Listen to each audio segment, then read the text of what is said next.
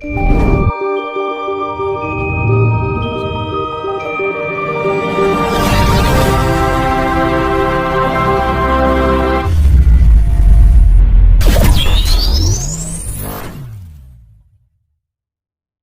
Kutama niki mboten mati. Kok saged, Mbah? Lah wong nguasai sak jagat. Nah kula buta nekakaken nggih dugi. Oh, nate kepanggih nggih. Sak Dugi nggih. Dadi nek kula kuwalan nggih.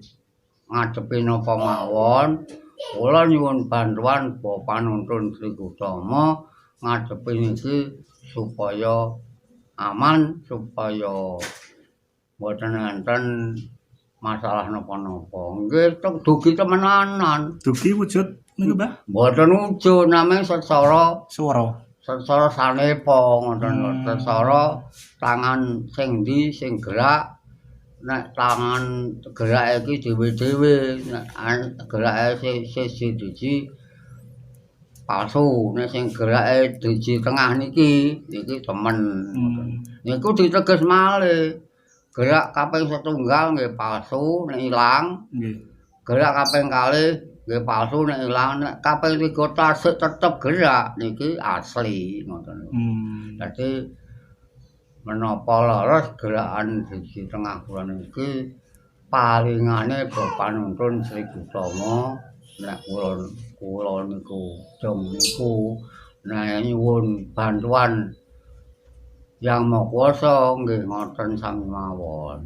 Dadi nek kula kuwalan, kula kepojok, mulane kula mboten namung mboten kerek kangge sombong.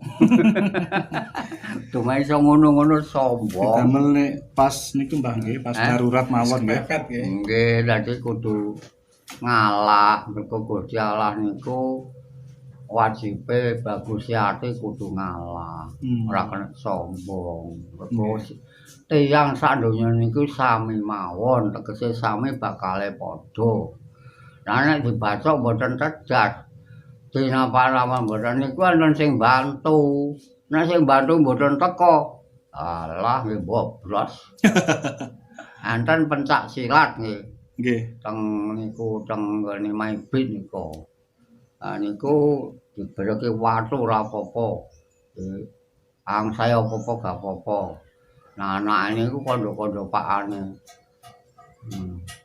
Lan pokoknya nang somben nang pencak nang kowe budal sanggul masak mene nang antemo. Pokoke sing bantu ora teko, ora wani. Ya mbobros. Kuwi jenenge nyalahi ora kena. Mboten langsal Mbah ngoten niku. Sebagai pertunjukan utawa permainan ora kena. Kowe iki ngono. Aja kok nyalahi wong, nyalahi men ora kena. Mbah nek terus benjing niku Sabtu Dharma badhe dados obore jagat niku pripun Mbah? Nggih, Sabtu Dharma niku tegese niku oboring jagat padange donya. Nggih. Niku kan nek wis wong karek saite tegese raja adil jebul. Oh, Ratu Adil. Nggih, nek tiyang kathah ngeten mboten wani jebul. Nek pun badhe perang Baratayuda, perang gedhe, tiyange karek saite, mulane ana kata-kata jarine wong Jawa karek separo, Cina Londo karek sak judo. Kuwi mbok piye maksude? Lho. Kuwi cara plambang nembe dados obore jagat. Nggih sing tukul nggih niku. Kira-kira. Nggih. Dadi kira-kira tiyang-tiyang budal kaji teng tanah Jawa. Mboten teng mriko obore jagat cagake donya. Dados kiblate donya Mbah mangke nggih. Cagake donya nggih. Naming mboten nanten wani nglakoni soalé terus abot mergo kejujuran. Nggih. Nah, jujur niku nggih termasuk walak-walak.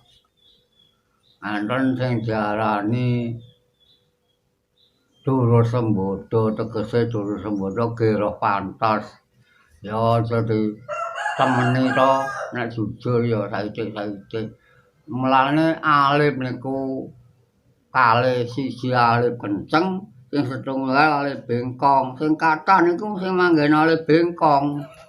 Alif lam ambyah ya niku. Sing alif kenceng wong bakulan apa bati omong batine saithik. Berarti sing didi Wong jujur alif kenceng, alif bapak niku. sing Sing didamel lapale saniki. blayak niku bengkong niku. Alife bengkong sedanten saniki. Dan iki pun beda bengkong. Lho niku ngapunten kula. Nggih. Kok elek-elek tiyang Islam mboten kula nggih tiyang Islam. Nggih. Dadi ngoten niku nggih ngoten niku critane ngoten lho. Kula niki elek-elek sedaya niku nek kangge kula masya agama napa mawon niku sae sedaya sae. Merga niku dawuhe Gusti Allah miturut suku bangsa kulit-kulit hitam, kulit-kulit putih, kulit-kulit nyau mateng, dhewe-dhewe renane, ngoten lho. Nggih. Dadi mboten kok agama Kristen elek, sing arane elek ki sapa? Diarani elek ki mundak daerah payu, ngono lho. No, dielek-elek ngono lho. Ngoten asline. Asline ngoten. Nggih pengen mayokno weke dhewe, elek-elek weke liyan lho. Niku kan mboten apik. Niki dawuhe Gusti Allah. Nek kowe elek-elek kuwi padha karo elek-elek Gusti Allah. Niku, Mbah. Lho, niku juruse lho niku. Niku juruse. Niku salerese kula niki nggih wong Islam nanging nggih. Nanging eman-eman kudu anut aliran jaman. Jaman ngeten kula nggih anut. Jaman apa kula nggih anut ngoten lho. Miturut aliran jaman. Niku Mbah nggih. Berarti nek sampun dados abore jagat niku Dadi obore jagat cagake Yang donya. Nggih. Niku kitabe teng bukune terose jangkane 2000 taun. 2000 tahun. Nggih. Terose. Nggih. Adene nggih mbotene kula mboten ngetos tiba anak putu benjing emben tiba duka pernah napa mboten ngertos Nggih. benjing emben mboten karuan bene. Jebule niku ngoten. Nah, mulane Gusti Allah niku nurono ngene Sabda Dharma niku ngrumaosi nek tiyang-tiyang niki kathah sing kepencul kalih Ratu Kidul, kathah sing mangguk balane setan ngoten lho. Ngoten. Merga napa nggih tiyang mek sugihan, tiyang napa mawon sak piturute njaluk napa-napa. Nggih. Njaluk bantuan setan. Nanging setan seneng wong urip nang donya ki mau pirang jarine mau mampir ngombe. Mampir Lah setan ora mati-mati gak kiamat sok apan kiamat. Bati kono ya gelemen sing didadekno pager rejeki dumblek ya dari pager wae. Lah kowe gek biyen sak wangi nyambut gawe sugih blegedak. Saiki kalih nyaur utang kok wis ra kenek. Lho. Ngoten. Dadi bati setan purun. Pinter Mbah setan niku berarti nggih. Hah? Setan niku pinter berarti nggih. Nggih kok pinter Politik setan. pinter. Pinter nameng niku nggih mboten purun sembayang setan niku. Pinter tapi mboten purun sembayang. Kali mau nyembah kali Gusti Allah. Wong tuwek dheke jarine wong kon nembah Nabi Adam ya mok. Ya ngoten niku. Berarti mangke lak lunga kaji ten ngene tanah Jawa sedanten tiyang sak donya niku. Niku terose nggih mbotene kula mboten saged ngesasi Nggih. namung Niku gambaran nggih dawuh. Anten kata-kata ngoten. Besok tanah Jawa tinggone kaji. Lah mongko nek miturut pemanggih kula niku anten barang gaib niku nang donya duka 7 duka 9. tanah Jawa enten Candhi Borobudur niku gaib. Nggih. Niku pun pun didinamit kaya tiyang jenes. Niki nggih cukup dipolehaken terus diremehno Pak Harto pun boleh. Ini jangan dirusak, ini tinggalannya nenek moyang. Nggih. Ngoten Pak Harto. Terus nomor kali Ka'bah teng Mekah niku nggih gaib. Nomor 3 teng pagere negara Cina niku nggih gaib. Pagere negara 7 meter dhuwure sak negara mboten gadah segara Cina niku. Mboten kados Indonesia ngeten.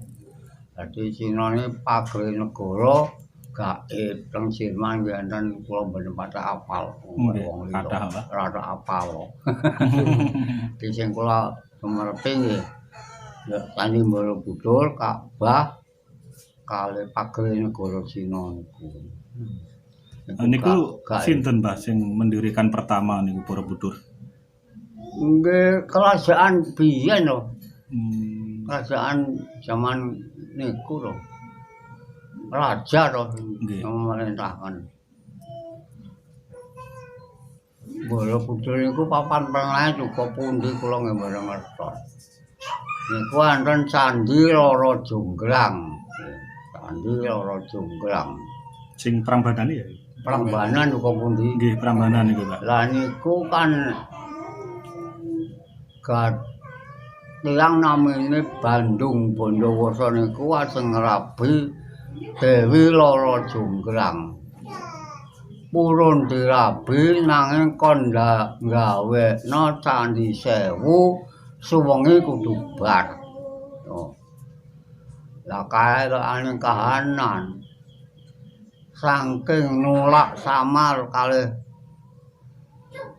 Dewi Loro Jonggrang jam 12 wis nekakno wong mutu, nekakno wong glundung, pitik-pitik do kluruk. Lah nggih Candhi diwisi rumangsane wis perino. Lah dak iki jam 12 diakal kalih Loro Jonggrang. Bareng wis diwisi wis dadi malah iki lho candine wis dadi urung dadi. Lah kok iya? Candhi kurang siji. Hitung 999. Nah ngono ya kowe ganepe 1000 lho dadi watu Loro Jonggrang. Makane sebut Candhi Loro Jonggrang. Loro Jonggrang. Lho. Sabdone mandi Mbah nggih tiyang jaman rumiyin. Nggih lho wong biyen niku ahli tapa. Nggih tirakat.